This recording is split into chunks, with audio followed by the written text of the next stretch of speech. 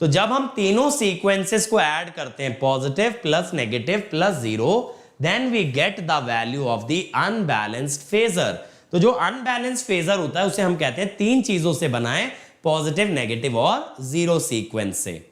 ठीक है, अब पॉजिटिव सीक्वेंस के अंदर क्या होता है मेरे बच्चों? पॉजिटिव सीक्वेंस के अंदर VA1, VB1, VC1 ये तीन फेजर होते हैं हमारे पास। यहां पे जो सीक्वेंस होता है, सीक्वेंस हमेशा बेटा क्लॉकवाइज देखना है। सीक्वेंस बनता है आपके पास ABC। ठीक है, तो पॉजिटिव सीक्वेंस का वही सीक्वेंस होता है जो कि ओरिजिनल फेजर का सीक्वेंस था। यहां पे सबका मैग्नीट्यूड बराबर होता है भाई, यहां पे सबका मैग्नीट्यूड बराबर होता है। Mod VA1 is equal to mod VB1 is equal to mod VC1, और फिर क्या होता है? 120 डिग्री फेज शिफ्ट। 120 डिग्री का फेज शिफ्ट होता है फेजर्स के बीच में। तो that is what is meant by the positive sequence. Negative sequence में क्या होता है बेटा? नेगेटिव सीक्वेंस में ना सीक्वेंस पलट जाता है, ए के बाद क्लॉकवाइज डायरेक्शन में पहले सी आता है और फिर बी आता है। पहले ए फिर सी और फिर बी, पहले A then C then B. ठीक है, तो यहां पे भी क्या होता है ना, यहां पे मैग्नीट्यूड अगेन बराबर होते हैं। नेगेटिव सीक्वेंस को सबस्क्रिप्ट 2 से शो करते हैं, और यहां पे भी 120 डिग्री फेज डिस्प्लेसमेंट आता है। अब मेरे एक भाई ने बहुत अच्छा क्वेश्चन पूछा कि सर ये कंपोनेंट के बीच में म्यूचुअल कपलिंग नहीं होता, इस बात का क्या मतलब है? ठीक है, बहुत ही अच्छा क्वेश्चन है। इस बात का बेटा ये मतलब है, जो पॉजिटिव सीक्वेंस वाले कंपोनेंट है VA1, VB1, VC1, they can not impact the negative sequence component VA2, VB2 and VC2, और they can not even impact the zero sequence component VA0, VB0, VC0। तो पॉजिटिव सीक्वेंस की values, negative sequence की values और zero sequence की values आपस में independent हैं। कोई एक सीक्वेंस की वैल्यू दूसरे पे इंपैक्ट नहीं डालती है। That is the basic meaning. Zero sequence में क्या होता है बेटा? यहां मैग्नीट्यूड तो बराबर होता है, साथ साथ इनका फेज भी बराबर होता है, equal in magnitude and zero displacement from each other. तो इस टाइप से तीन सीक्वेंस बनते हैं, पॉजिटिव, नेगेटिव और जीरो। अब देखो अल्फा ऑपरेटर की बात आती है। अल्फा क्या होता है? e⁻j120। ये क्या होता है? when alpha is multiplied, when alpha is multiplied to a complex number or a phasor, it provides 120 degree anti-clockwise rotation without change in magnitude। तो ये 120 डिग्री एंटी क्लॉकवाइज घुमा देता है किसी भी फेजर को। इसकी जरूरत क्या पड़ी? इसकी जरूरत क्या पड़ी? अब बेटा देखो, अगर आप पॉजिटिव सीक्वेंस या नेगेटिव सीक्वेंस को देखो तो फेजर का मैग्नीट्यूड तो बराबर है, लेकिन यहां 120 डिग्री का शिफ्टिंग है। तो अब मैं अगर आपसे ये कहूं पॉजिटिव सीक्वेंस के तीनों फेजर में आपस में क्या रिलेशन है, तो आप बोलोगे सर यहां 120 की शिफ्टिंग है, और 120 की शिफ्टिंग को मैं कैसे शो कर सकता हूं? By a simple multiplication with alpha operator, कि अगर अल्फा से मल्टीप्लाई कर दे then I can get a shift of 120 degree. Similarly negative sequence में देखो ए, सी और बी के बीच में कितना शिफ्टिंग है भाई? ए, सी और बी के बीच में शिफ्टिंग है 120 डिग्री। तो अगर आपको ये 120 डिग्री को शो करना है, you can show it with multiplication by alpha. ठीक है, इसीलिए अल्फा की जरूरत पड़ी। और ये अल्फा ना बेटा आप बचपन में पढ़ चुके हैं। ऐसा क्या सर? यस, आपने पढ़ा था बेटा क्यूब रूट ऑफ यूनिटी, जब बचपन में कॉम्प्लेक्स नंबर पढ़ा था, वही एक्चुअली अल्फा है। तो 1 प्लस अल्फा स्क्वायर 0 होता है, और अल्फा क्यूब 1 होता है। ये अल्फा की प्रॉपर्टीज हैं, ये दो प्रॉपर्टी अल्फा हमेशा पोजेस करता है। अब देखो यार यहां पे क्या होता है, यहां पे जब हम तोड़ते हैं तो क्या होता है, देखो ये जो ट्रांसफॉर्मेशन है ना बेटा, ये वैलिड है किसके लिए, वोल्टेज और करंट के लिए। क्यों? क्योंकि फोर्टेस्क महाराज ऐसा कह गए थे कि ये थ्योरम फेजर के लिए चलती है। अब आप कहोगे सर पावर और इंपीडेंस भी तो फेजर है। नहीं बेटा, power and impedance are just complex number, they are not phasor. क्योंकि फेजर के लिए पहली कंडीशन ही ये होती है कि क्वांटिटी साइनोसोइडल हो। अब इंपीडेंस और पावर साइनोसोइडल थोड़ी होते हैं, वो बस कॉम्प्लेक्स होते हैं। तो देखो इनके बीच की जो मैट्रिक्स होती है ना, वो ऐसी कुछ होती है 1 1 1 1 alpha square alpha 1 alpha alpha square. Sir ये क्या किया आपने? बेटा देखो मैंने ये लिखा था एक्चुअली कि जो वी ए है वो ए का zero sequence plus positive sequence plus negative sequence था, बी वाला बी का जीरो प्लस बी का पॉजिटिव प्लस बी का नेगेटिव सीक्वेंस था, सी वाला सी का जीरो प्लस सी का नेगेटिव पॉजिटिव प्लस सी का नेगेटिव था।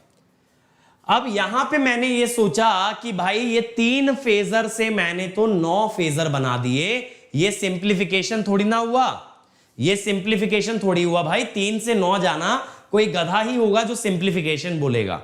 इसीलिए हमने ना इनके बीच के रिलेशंस पे बात की। हमने बोला कि भाई जीरो सीक्वेंस वाले तो आइडेंटिकल हैं, मैग्नीट्यूड भी सेम और फेज भी सेम, लेकिन ये जो पॉजिटिव वाला है ना B1 120 डिग्री क्लॉकवाइज लाई करता है। देखो यहां पे क्या होता है, अल्फा स्क्वायर की अगर बात करोगे तो e की पावर j240 होगा, या फिर e की पावर माइनस j120 भी कह सकते हो। कैसे? इसमें से 360 सब्ट्रैक्ट कर दिया भाई। तो अगर मैं यहां पे बोलूं ना तो अल्फा स्क्वायर देता है 120 डिग्री क्लॉकवाइज रोटेशन। जैसे अल्फा देता है ना 120 डिग्री एंटी क्लॉकवाइज रोटेशन, ऐसी अल्फा स्क्वायर देता है 120 डिग्री क्लॉकवाइज रोटेशन। तो A से B 120 डिग्री क्लॉकवाइज पे था और C 120 डिग्री एंटी क्लॉकवाइज पे था। नेगेटिव सीक्वेंस में उल्टा था भाई, C था 120 डिग्री क्लॉकवाइज और B था 120 डिग्री एंटी क्लॉकवाइज। अब इस लॉजिक से क्या हुआ ना, VA VB VC तीनों VA0 VA1 VA2 की टर्म्स में आ गए और बीच का रिलेशन ये मैट्रिक्स की फॉर्म में आ गया। तो ध्यान रखना भाई 120 डिग्री क्लॉकवाइज रोटेशन माने अल्फा स्क्वायर और 120 डिग्री एंटी क्लॉकवाइज रोटेशन माने अल्फा। इसको शॉर्ट फॉर्म में बेटा ऐसे लिख देते हैं, VABC इज ए V012, ये मैट्रिक्स A हो जाती है। ऐसे ही मेरे बच्चों I में भी लिख सकते हो, सेम चीज I में भी चलती है। अब देखो मेरे भाई, हमारा ऑब्जेक्टिव ये थोड़ी था, हमारा ऑब्जेक्टिव सिमेट्रिकल कंपोनेंट निकालना था। ये तो उल्टा ट्रांसफॉर्मेशन है भाई, ये तो सिमेट्रिकल कंपोनेंट को जोड़ के अनबैलेंस फेजर बना रहे हैं, जबकि चाहिए क्या था, अनबैलेंस फेजर से सिमेट्रिकल कंपोनेंट, यानी symmetrical component left hand side पे आने चाहिए थे और unbalance phasor right hand side पे। उसके लिए क्या करना पड़ता है बच्चों, मैट्रिक्स का इनवर्स लेना पड़ता है, मैट्रिक्स का इनवर्स। तो VA0 VA1 VA2, मैट्रिक्स का इनवर्स कैसे लेते हैं ना कि 1/3 ले लेते हैं और अल्फा स्क्वायर को एक्सचेंज कर देते हैं, अल्फा स्क्वायर को एक्सचेंज कर देते हैं, बस।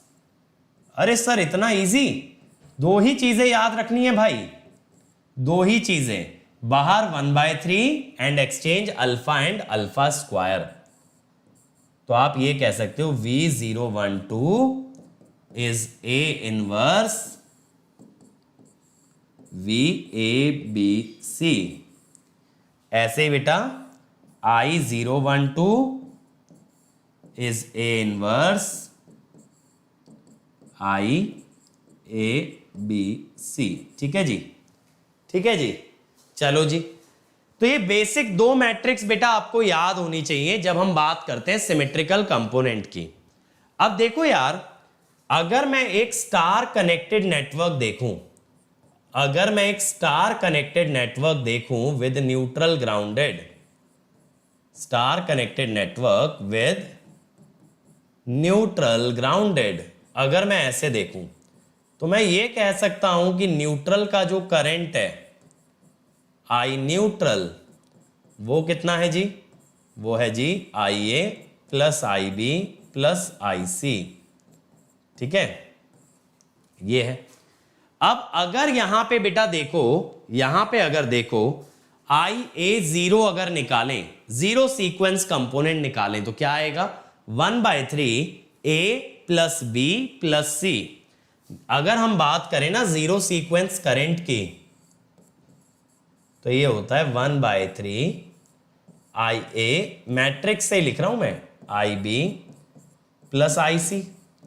Sir IA plus IB plus IC तो न्यूट्रल करंट है, सही पहचाने, IN/3 या फिर IN इज 3 टाइम्स IA0। यानी न्यूट्रल में सिर्फ कौन सा करंट जाता है भाई, जीरो सीक्वेंस करंट जाता है, पॉजिटिव और नेगेटिव नहीं जाता। अब कई बच्चे जो है ना इसमें इतना पजल अप हो जाते हैं कि उन्हें लगता है एक्चुअली 3 करंट हैं। बेटा एक्चुअली पॉजिटिव, नेगेटिव या जीरो सीक्वेंस करंट फ्लो नहीं कर रहे हैं। होता क्या है कि आपकी वायर में 3 अनबैलेंस करंट है, उनको आपने मैथमेटिकली पॉजिटिव, नेगेटिव और जीरो के अंदर तोड़ा है, वो मैथमेटिकली आपने तोड़ा है। ऐसा मत सोचो ए फेज वाली वायर में 3 करंट साथ साथ बह रहे हैं, पॉजिटिव, नेगेटिव और जीरो नहीं। ए वाली वायर में IA बह रहा है, जिसको मैथमेटिकली हमने किस में तोड़ दिया, पॉजिटिव, नेगेटिव और जीरो के अंदर, ठीक है, ये हो गया जी, ठीक है जी। अब इसका मतलब क्या है, neutral carries thrice zero sequence current,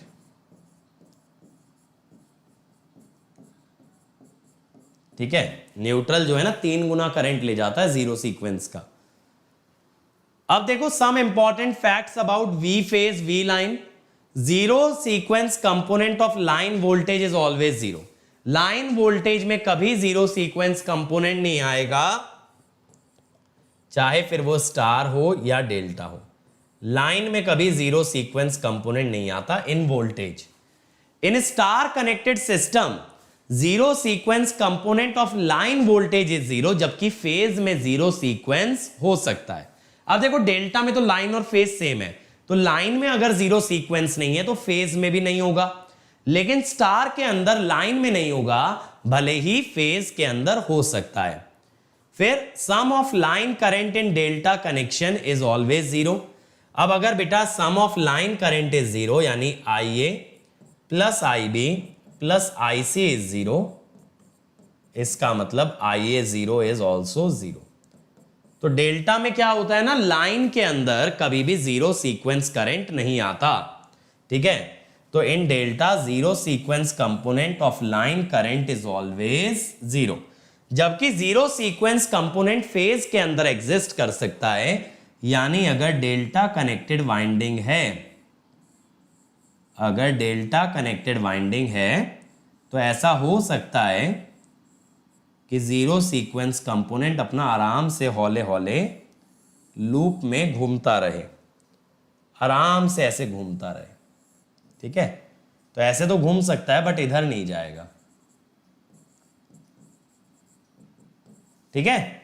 ये सर्कल में ऐसे लूप में घूम सकता है।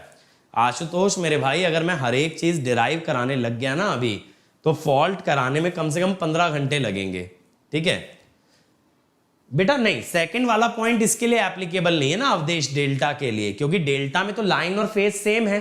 डेल्टा में लाइन वोल्टेज और फेज वोल्टेज सेम है, तो अगर लाइन में जीरो है तो फेज में भी जीरो होगा।